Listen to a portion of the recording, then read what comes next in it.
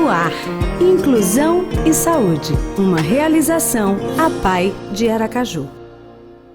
Olá, estamos começando mais um Inclusão e Saúde, espaço totalmente dedicado às discussões e abordagens relevantes acerca desses dois importantes temas. Desde já, o nosso muito obrigado pela sua audiência. No programa de hoje, já atendendo às sugestões, teremos a estreia do quadro O Seu Direito. Nosso convidado, o advogado André Cazucas, vai nos ajudar a entender, por exemplo, quais são os direitos da pessoa com deficiência junto ao mercado de trabalho. Ainda hoje, diversão e socialização no circo. Assistidos de várias entidades filantrópicas, visitam o mundo circense em Nossa Senhora do Socorro. Numa outra reportagem, destaque para o Dia Mundial do Desenhista. Na APAI de Aracaju, 3 talentosos alunos mostram que não estão para a brincadeira. E aqui no estúdio, 2 entrevistas. A primeira é com a Aline França, Relações Públicas da CIDAW, a Associação Sergipana dos Cidadãos com Síndrome de Down. Entre os assuntos, além da experiência de mãe de gêmeos, sendo um com a síndrome, ela vai falar como a entidade está trabalhando em busca de políticas públicas que ajudem a dar uma atenção maior aos que têm essa deficiência. A segunda entrevista no estúdio é com a fonoaudióloga Flávia Lobo. Em função do Dia da Voz, comemorado a cada 16 de abril, vamos saber dos principais cuidados com esse instrumento tão importante do ser humano. Tudo isso daqui a pouco, após um rápido intervalo. Eu volto já. Estamos apresentando Inclusão e Saúde.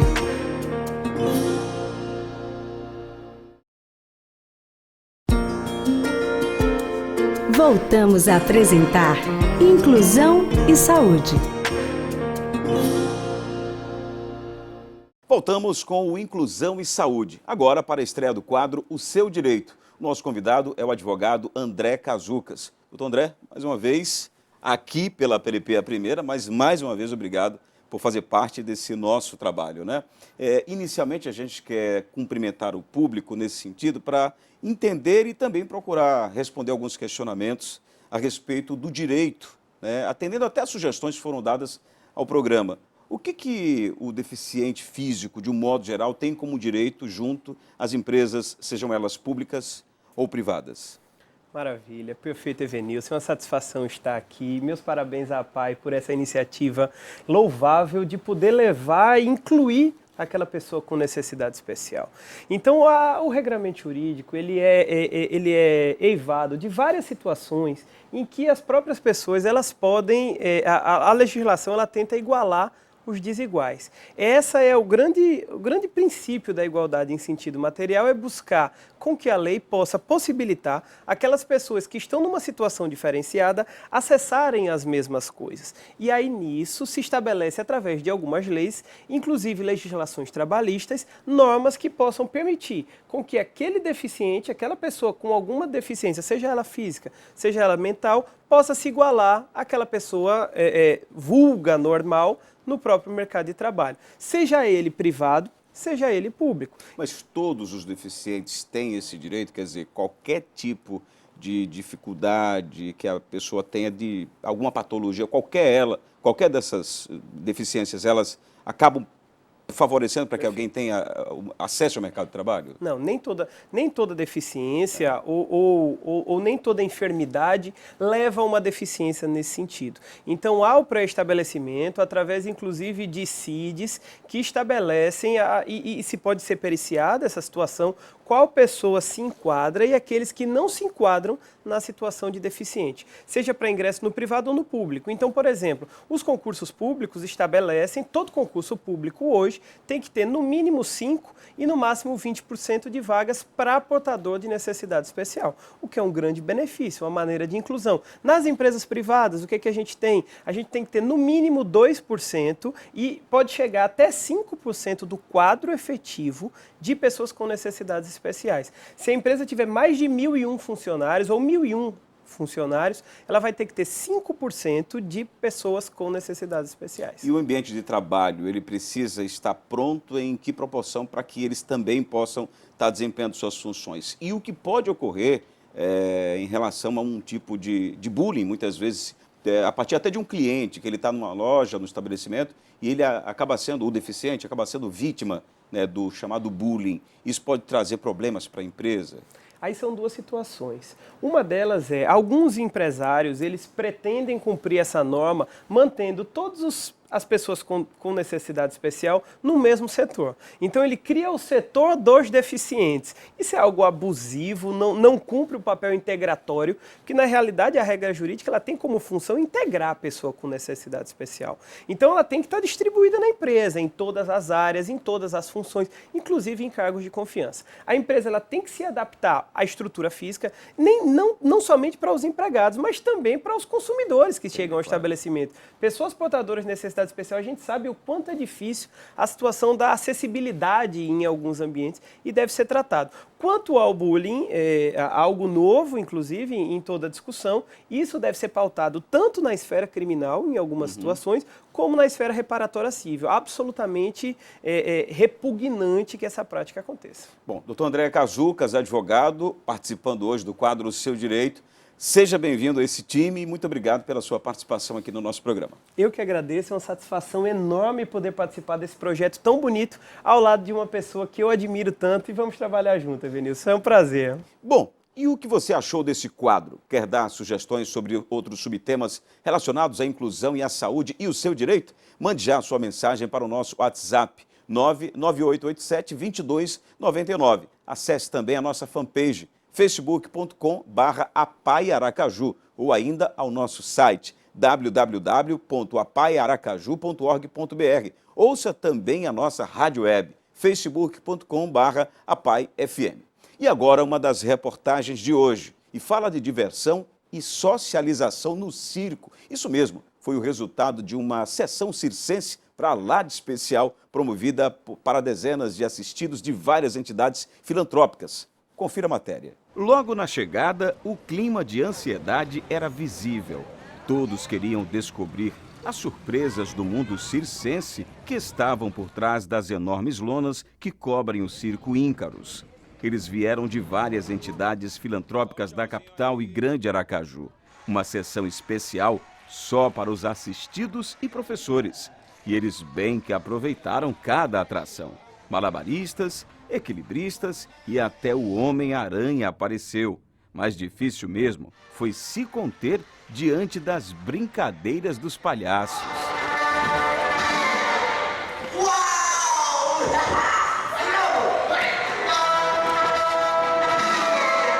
Por que você gostou do palhaço? Porque ele fez palhaçada. Qual foi a parte que você mais gostou da palhaçada dele? Que ele caiu no chão. Eu ri. Gostei do espetáculo, gostei do Homem-Aranha e gostei dos palhaços. O dia que mudou a rotina dos assistidos dessas entidades não só trouxe diversão, como no mínimo promoveu a socialização entre eles. Esse tipo de atividade é muito importante porque tira eles um pouco do reduto da escola, da família e faz com que eles tenham uma interação com a sociedade e através disso eles se desenvolvam, consigam se expressar melhor e desenvolve o cognitivo e não deixa de ser um dia divertido para eles. Uma manhã maravilhosa, eles gostaram bastante e eu espero que se repita mais algumas vezes, né? Parabéns aí por cada instituição aqui, eles estão tendo um dia diferente, crianças que não têm condições de pagar um circo desse e circo de maior qualidade, né? A iniciativa partiu da direção do Shopping Prêmio em Nossa Senhora do Socorro, onde o circo está instalado. Segundo a representante do centro de compras, essa não é a primeira vez que a ideia é colocada em prática. Olha, não é a primeira vez. Sempre que nós temos oportunidades de trazer um pouco de alegria para esse pessoal tão precisado de alegria, a gente faz isso. É uma parceria com o Circo Íncaros dessa vez, mas já tivemos outras oportunidades, esperamos ter outras e outras. Mas você falou para todo mundo ver, todo mundo viu. Mas agora eu quero invisível, para ninguém ver.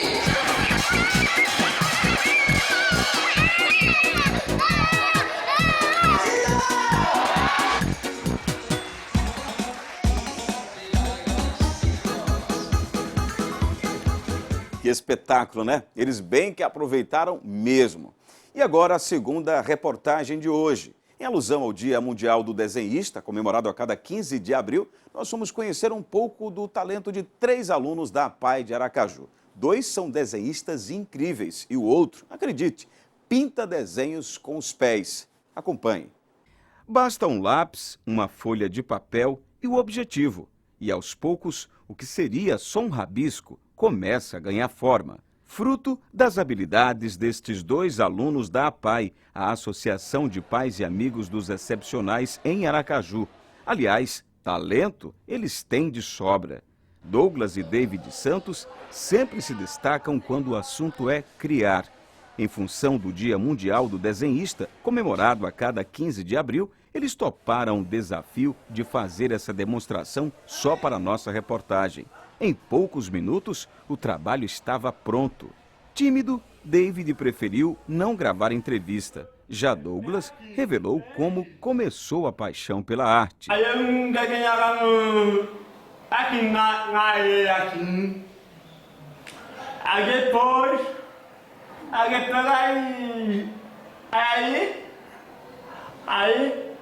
a minha mãe começou a comprar cadeira, começou a... Aí ela me disse, olha,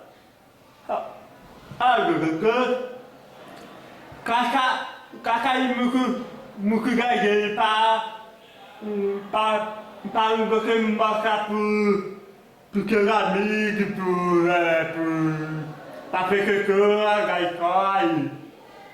E por falar em arte, Douglas e David não são os únicos por aqui a revelarem seus talentos. O jovem Samuel não fica distante deles. Como tem dificuldade para coordenar os movimentos com as mãos, ele usa um dos pés para pintar os trabalhos que recebe na sala de aula.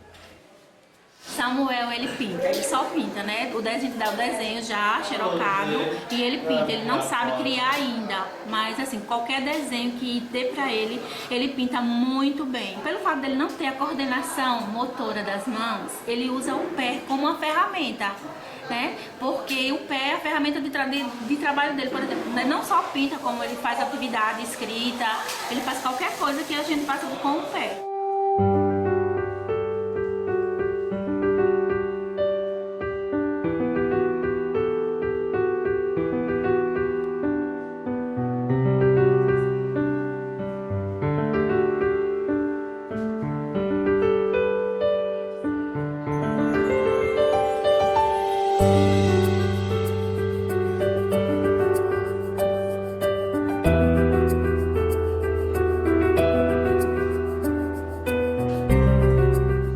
Inclusão e saúde. E agora é hora da primeira entrevista de hoje. Aqui no estúdio, Aline França, Relações Públicas da CIDAW, Associação Sergipana dos Cidadãos com Síndrome de Down.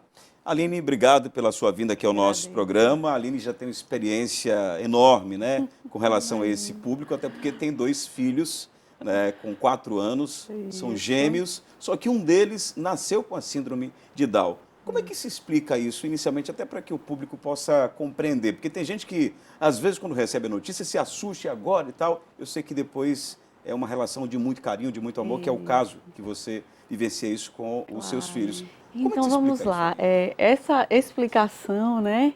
A síndrome de Down ela é uma trissomia do cromossomo 21, né? Então ela ocorre uma mutação genética nesse cromossomo, que ao invés de ser pareado, ele triplica. Então, não existe, na verdade, comprovado cientificamente uma causa, né, para essa ocorrência vir a acontecer. No caso de gemelaridade, como no meu caso, que são gêmeos, né, bivitelinos, placentas diferenciadas, um nasceu com um Down e o outro não, também, assim, sabe-se que é uma condição um pouco rara, né, mas que pode acontecer, tanto que aconteceu, né? É o Bernardo e o Guilherme. Não são muitos, não são tantos assim o número de gêmeos com síndrome de Down, pelo que a gente, né, estuda um pouquinho e pesquisa, mas acontece sim, e eu particularmente digo que na minha crença, né, acho que a divindade aí é quem explica e a gente, né, recebe. E acolhe, tá? Isso, claro que como você trouxe a questão do, né, mexe um pouco. No primeiro momento, né, no primeiro isso acaba momento. mexendo um pouco com o psicológico. Sim, sim. E agora você já está grávida de é a Helena que está chegando, a Helena né? está chegando. 7 meses já? 6 meses. Isso. Né? Então, mas conta até a título até de curiosidade Certo. e até de troca de experiência para quem por acaso, sei lá, já se deparou ou pode se deparar também com a situação. Como é que foi isso para você? Então, nós só soubemos da condição de Guilherme ter síndrome de Down após o parto. Durante a gestação, fiz todos os exames. Eu costumo até dizer que eu fui a grávida que acho que mais fez ultrassom na face da Terra. Porque eu engravidei de trigêmeos. Com 8 semanas de gestação, eu perdi um dos bebês e ficaram Bernardo e Guilherme. Mas então, só tem a Helena, certeza? Não, que agora tem? só tem a Helena. Então, tá. Então, eu digo que são os meus milagres, né? Então, nós só soubemos da condição da síndrome de Down, né? Porque os exames, tudo, a translucência nucal, que é um exame que pode vir a mostrar alguma alteração. Não detectou nada. Não detectou nada, né? E ao nascer, a gente, né, fomos aí avisados. Então, na verdade, o que é que a gente percebe muito nesse contexto? Ainda falta em alguns profissionais, né, que estão ali médicos nesse momento, né, da hora do parto, um pouco de trato. Sensibilidade. Né, sensibilidade, humanismo. de como dar essa notícia, né? Não é generalizando, lógico, existem as exceções, mas assim, a gente, enquanto associação, a gente costuma ouvir muito dessa queixa, assim, olha, a notícia não foi dada, né? Então assim, claro que por melhor que a forma seja, talvez nunca seja a melhor notícia, né? Porque aquilo é o desconhecido, assusta um pouco, mas enfim, tá ali, é para você.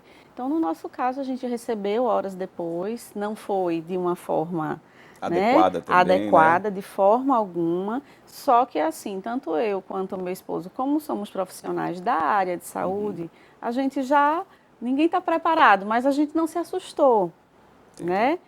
Nós nos preocupamos naquele momento em saber se o bebê tinha algum problema cardíaco ou respiratório, porque dentro da condição da síndrome de Down, isso pode ser um fator que é comum, na verdade, dentro do quadro da trissomia, alguma comorbidade cardíaca ou respiratória. Então, naquele momento, a nossa primeira pergunta foi isso. E, para nossa grata surpresa, o Guilherme não tinha nenhuma comorbidade como essa, né? Mas então, foi nascer e ir para casa. Que bom, né? Graças a Deus, né? Lidar com essa criança como ele é um bebê, como outro qualquer. Né? Só o olhinho que está mais puxadinho. Só o olhinho que está mais puxado. Que chama atenção, né, Claro Aline? que chama atenção. Mas eu acho que esse preconceito, essa visão acaba sendo muito mais nossa, que está se deparando com aquela situação, do que da própria família, das pessoas que estão ali no dia a dia. Sim. Agora, e como é que a CIDAL, a associação, está, sei lá, tratando dessa questão? Como é que ela está lidando com as pessoas, eu digo a sociedade, e a busca por políticas públicas que, de fato, deem uma atenção especial para quem tem síndrome de Down? A nossa bandeira, né, a bandeira da diferença das pessoas com deficiência, está sempre relacionada à questão da inclusão, né? Porque a gente chegamos a um ponto que, claro, o preconceito, ele existe, mas... né, pela nossa evolução de tempo aí já de humanidade, eu acredito muito que isso está sendo cada dia mais reduzido. Né? E aí vem a política que vem tratar das questões da inclusão. E esse incluir aqui é a preocupação, porque o incluir, por exemplo, não é só ele estar ali no meio de uma roda, né? Ele pode estar ali, mas ele não pode estar realmente incluído, participando, brincando, né? Se for uma criança, brincando com aquelas crianças que estão ali. Será que está? Né? Num circuito de adolescentes, num ciclo ali de adolescentes, será que aquele adolescente com Down realmente está sendo incluído naquela roda? Né? Será que ele participa? Será que ele tem voz? Ou ele está ali sentado como um telespectador de tudo que está sendo vivenciado? Aline, qual que é o contato, ou qual seria a maneira mais prática para as pessoas que querem conhecer mais a associação, que querem ajudar, que querem interagir? Qual seria o melhor caminho para a gente? CIDAL, nós temos tem um e-mail, né? atendimento@CIDAL. E a associação, nós não temos atendimento@cidal.com.br. Nós não temos uma sede própria, o que dificulta um pouco. Então, o nosso trabalho de voluntariado é acolhermos as pessoas por telefone. Vou deixar o meu telefone, enquanto que os nossos telefones de atendimento são os telefones pessoais mesmo, né? Então, é o 99864-9512, tá? O nosso trabalho é de acolher a essas famílias, né? Então a gente vai na residência, ou a gente recebe, enfim, a gente sempre dá um jeito de encontrar. E outra coisa que a Cidal vem fazendo muito fortemente desde o ano passado são rodas de conversa, porque é a troca de informações que vai sempre nos fortalecer. Então, ano passado nós tivemos uma sequência de rodas de conversa, agora em maio desse ano a gente está retomando. A nossa primeira roda vai ser um momento só com pais, né, para que a gente faça aí as nossas trocas, mas são rodas muito ricas, onde a gente se preocupa sempre em estar trazendo profissionais que trabalham com essas questões, né, todas relacionadas desde a estimulação precoce dessa criança até a sua fase adulta. Então, já tivemos pediatras, já tivemos cardiologistas, já tivemos pedagogos, psicopedagogos, psicólogos, enfim, fonoaudiólogos. Toda aí a carga de pessoas que estão envolvidas nesse desenvolvimento da pessoa com síndrome de Down. Quem quiser saber mais sobre a Cidal, né, faz contato com os telefones que a Aline já disse aqui. Isso. Naturalmente vai ter essa experiência, essa troca de experiência. Isso. Obrigado pela sua vida aqui no nosso programa, Denilson, é sempre um prazer. Saúde para você, para os meninos. Um abraço para o seu esposo também. Bom, o que você achou da entrevista? Quer dar outras sugestões de subtemas relacionados à inclusão e à saúde? Mande já a sua mensagem para o nosso WhatsApp, 99887-2299. Acesse também a nossa fanpage, facebook.com/apaiaracaju, ou ainda o nosso site, www.apaiaracaju.org.br. Ouça também a nossa rádio web, no facebook.com/apaifm. Nós vamos a um rápido intervalo e voltamos já. Estamos apresentando Inclusão e Saúde.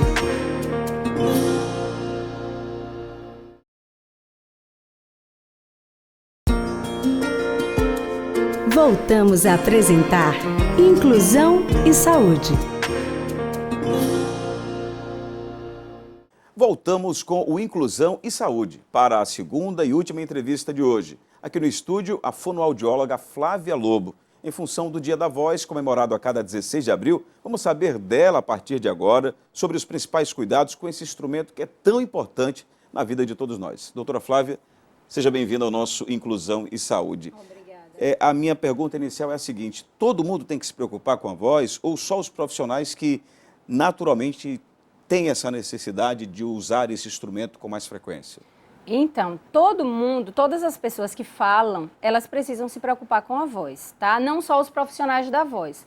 Lógico que os profissionais da voz, eles precisam ter uma atenção a usar esse instrumento, porque é um instrumento de trabalho, né? Então, a gente tem que cuidar desse instrumento. Mas todas as pessoas precisam ficar atentas aos cuidados com a voz, porque um uso inadequado, a falta de cuidado com esse instrumento muitas vezes leva ao surgimento do câncer, o câncer na laringe. Então, não é só os profissionais da voz que precisam se preocupar. Quais dicas a gente poderia passar, tanto para os profissionais, que são chamados profissionais da voz, quanto para as pessoas do dia a dia, até para que elas evitem o câncer, como a senhora disse?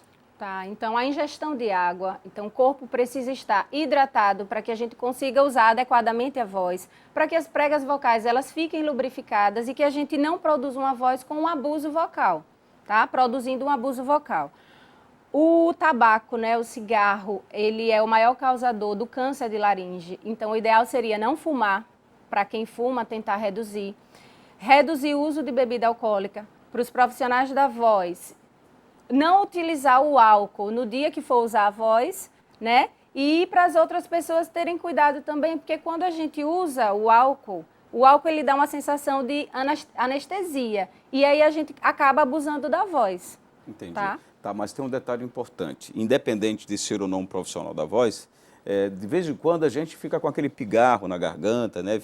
Qual que é o ideal para que a gente se livre, né, desse incômodo e sem prejudicar, por exemplo, as cordas? Tá. Primeiro a gente tem que ir no clínico, né, no otorrinolaringologista, para ele fazer uma avaliação e diagnosticar nosologicamente o que está acontecendo, qual a causa desse pigarro, porque pode ter inúmeras causas, fatores alérgicos, a questão emocional também. Então a gente vai primeiro no médico, ele faz o diagnóstico e aí depois a gente vem para as medidas do tratamento, que ele pode indicar como a fonoterapia, como medicação e em alguns casos o cirúrgico. Então a questão do pigarro precisa ser investigada para depois a gente trabalhar.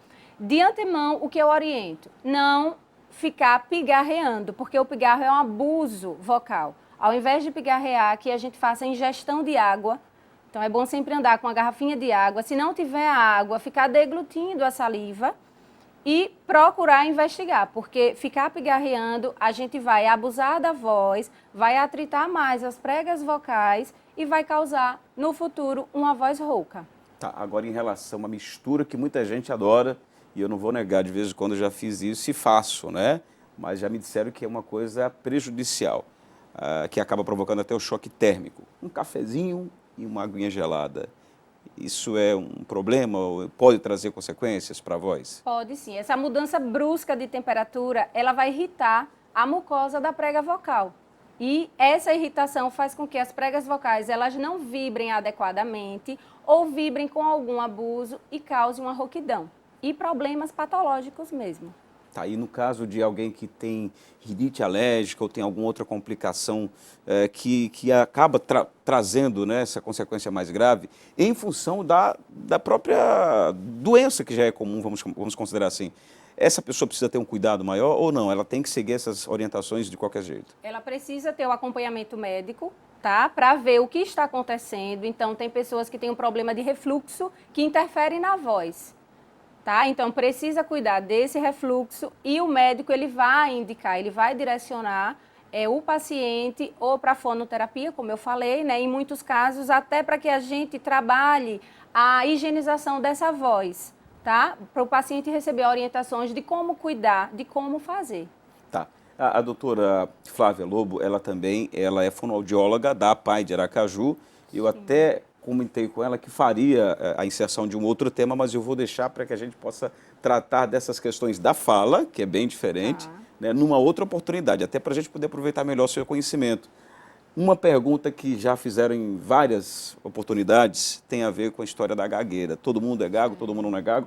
Ou por que as pessoas acabam gaguejando? É numa fase da vida, quando a criança... Então, tudo isso eu não vou me deter agora, eu vou deixar para uma próxima oportunidade, não só sobre a gagueira, mas sobre outros assuntos relacionados à fala, até porque a senhora já tem um trabalho primoroso de cuidar com os deficientes, de cuidar daqueles que têm, por causa de outro problema de saúde, ele acaba não desenvolvendo a fala, questão neurológica e tal. Então, a gente vai se aprofundar mais nesse tema em outra oportunidade, pode ser? Pode ser. Então, obrigado pela sua vinda no nosso programa, doutora, e até essa próxima oportunidade, espero que ela não demore também. Tá, ok. Obrigada a você. Bom, o que é que você achou do programa de hoje? Quer dar outras sugestões de subtemas relacionados à inclusão e à saúde? Mande já a sua mensagem para o nosso WhatsApp, 99887-2299. Acesse também a nossa fanpage, facebook.com/apaiaracaju, ou ainda ao nosso site, www.apaiaracaju.org.br. Ouça também a nossa rádio web, no facebook.com/apaifm. O Inclusão e Saúde tem exibição inédita sempre aos sábados, às 10 da manhã, com reprise às quartas-feiras, às 2 da tarde, aqui na sua TV APRP. Até o próximo programa. Inclusão e Saúde, uma realização APAI de Aracaju.